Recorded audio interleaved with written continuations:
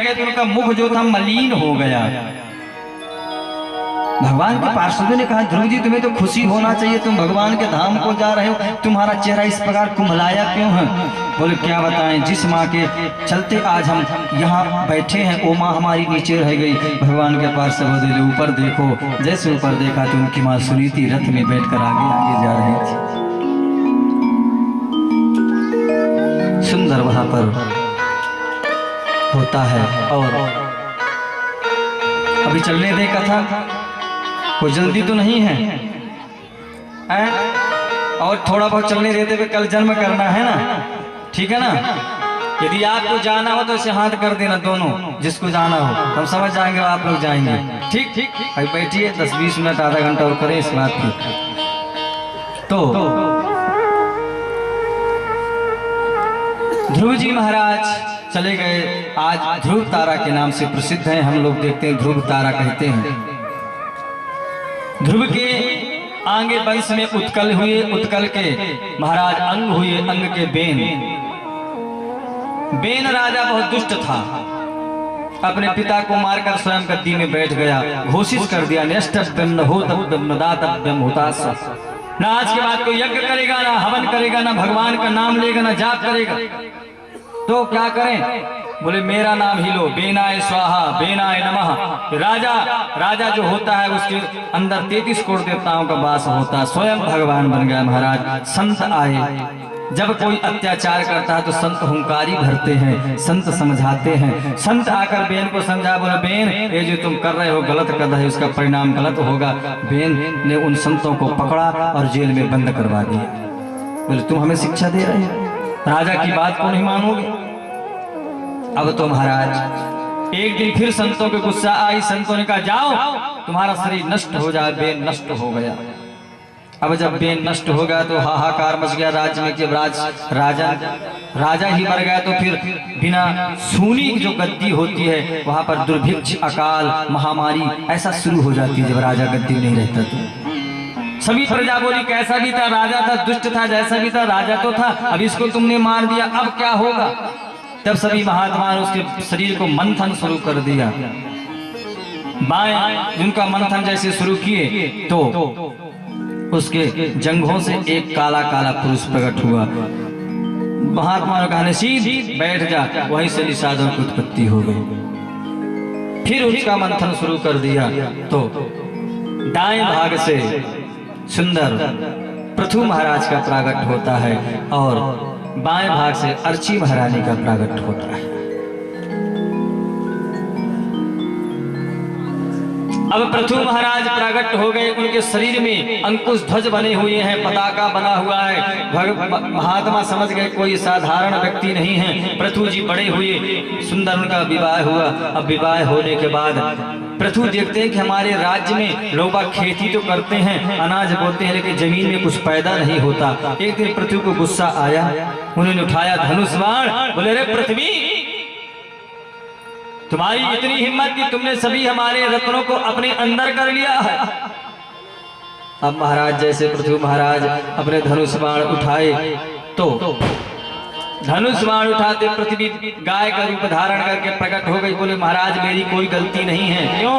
बोले तुम्हारे पूर्वजों का रिकॉर्ड अच्छा नहीं है, तुम्हारे जो पिताजी थे बहुत दुष्ट थे, इसलिए मैं सभी रत्नों को अपने अंदर कर ली थी। अब तुम चाहो तो पुनः पूरे रत्नों को दोहन कर सकते हो। पृथु महाराज उस गाय से दोहन किए और पहले सुंदर एक कामधेनु गाय का प्रागट हुई जो ऋषियों के पास चली गई, अप्सरा हुई, इंद्र के पास चली गई, लक्ष्मी जी हुई, नारायण के पास चली गई, सभी रत्न आभूषण सब प्रकट हो गए। फिर से वो धरती हरी भरी हो गई। पृथु जी महाराज ने सोचा कि हमारे राज्य में फालतू 12 घंटे की रात होती, लोग बाग सोते हैं, फालतू समय बर्बाद करते हैं। पृथु के एक रथ मिला हुआ था जो सूर्य की तरह चमकता था। पृथु सोचे अब हम रात ही ना होने देंगे तो लोग बाग ना सोएंगे, बढ़िया दिन भर काम करेंगे, पूरी 24 घंटा काम करेंगे और डेवलपमेंट होगा।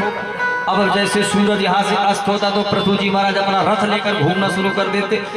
7 दिन हो गए, न दिन हो रहा है न रात तो हो ही नहीं रहा, दिन भी पता नहीं चल रहा। सब देवता परेशान आकर पृथु से बोले भाई तुम्हें नियम का उल्लंघन क्यों कर रहे हो? रात होती निशायाम जागृति संयमी। रात इसलिए बनाई जाती है कि जो संत होते हैं, जो महात्मा होते हैं, रात को जागरण करके अपनी साधना करते हैं, भक्ति करते हैं। निशायाम जागृति संयमी, इनके लिए रात बनाया जाता है। जो भोगी लोग सोते हैं, योगी लोग अपनी साधना करते हैं। और फिर जब व्यक्ति 24 घंटा काम करेगा तो जिएगा कितने दिन? ये गलत है, ऐसा मत करो। तो 7 दिन इस पृथ्वी के 7 चक्कर लगा चुके थे पृथ्वी जी महाराज, इसलिए वो 7 समुद्र बन गए। आज भी 7 समुद्र है, जो एक हमारे भारत में है सागर। 7 समुद्र में एक में शहद बहता है, एक में पानी बहता है, एक में मीठा जल, एक में खारा जल, एक में घी, एक में दूध, एक में दही। 7 समुद्र, 7 प्रकार की चीजें बहती हैं 7 समुद्रों में, जिसमें जो क्षीर जहां बहता है उसमें नारायण भगवान शयन करते हैं, अपना अयन बनाकर, घर बनाकर उसे क्षीर सागर कहते हैं। और जो हमारे भारत में है ये सागर है, जो खारा पानी है। बाकी विदेशों में है 7 समुद्र है। पृथ्वी जी महाराज सुंदर उनका राज्य चल रहा है। और धीरे धीरे उनका जैसे राज चला, पृथु के पुत्र हुए अंतर्धान, अंतर्धान के बेटा हुए हविर्धान, हविर्धान के पुत्र हुए प्राचीन बरही।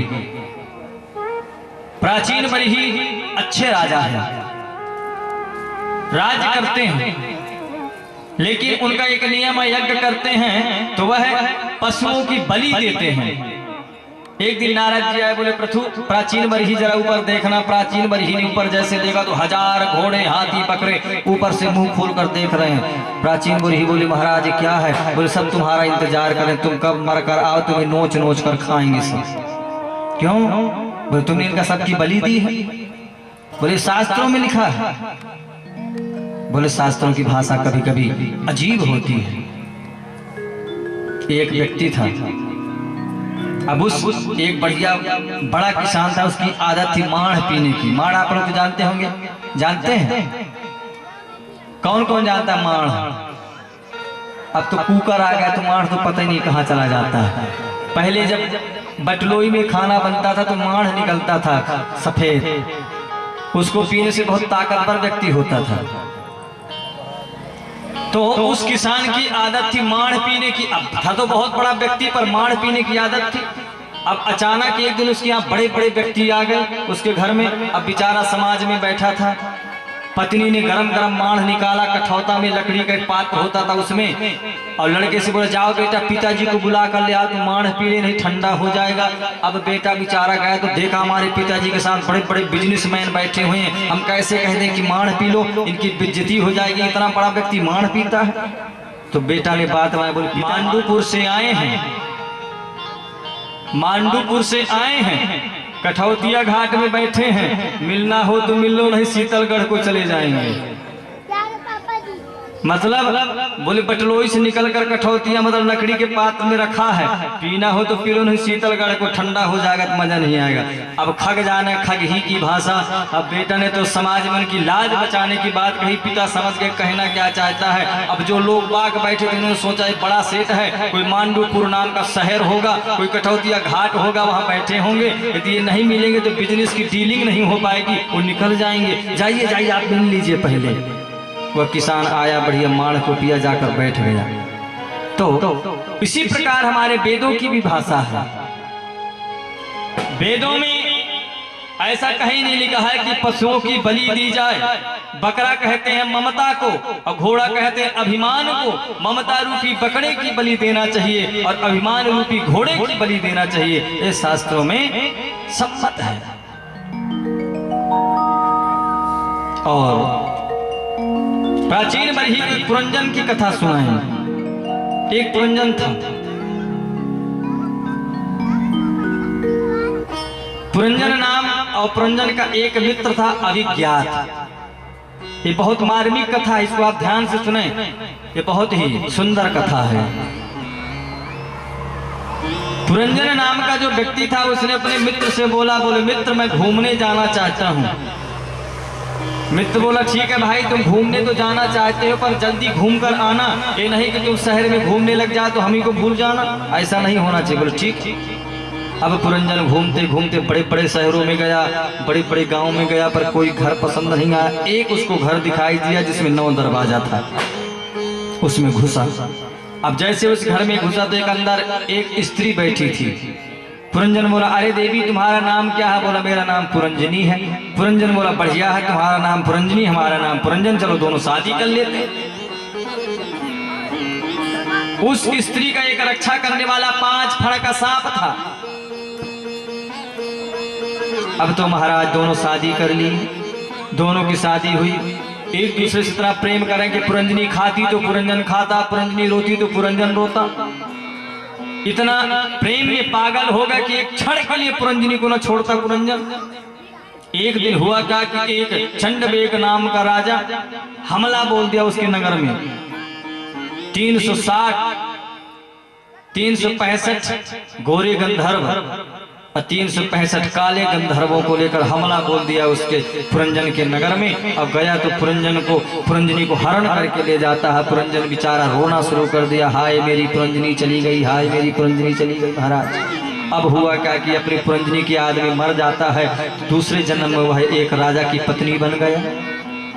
अब राजा की जब पत्नी बना तो राजा अकाल मृत्यु को प्राप्त हो जाता है। तो वह उस समय सती प्रथा चलता था, वह अपने पति को लेकर सती हो रही थी। तभी वह उसका मित्र पहुंच गया। अभी क्या बोला, अरे मित्र, बोले तुमको शर्म नहीं आती? तुम्हें हम मित्र कहाँ से दिख रहे हैं? हम एक पति प्रथा नारी है, अपने पति के साथ सती होना चाहती है, तो हमारे पति व्रत को भंग कर रहे हो। अरे मित्र याद करो, तुम हमसे बोलकर आए थे हम घूमने जा रहे हैं। अरे भाई तुम तो ऐसे घूमे कि हमें भूल ही गए याद करना। अच्छा याद आ गया।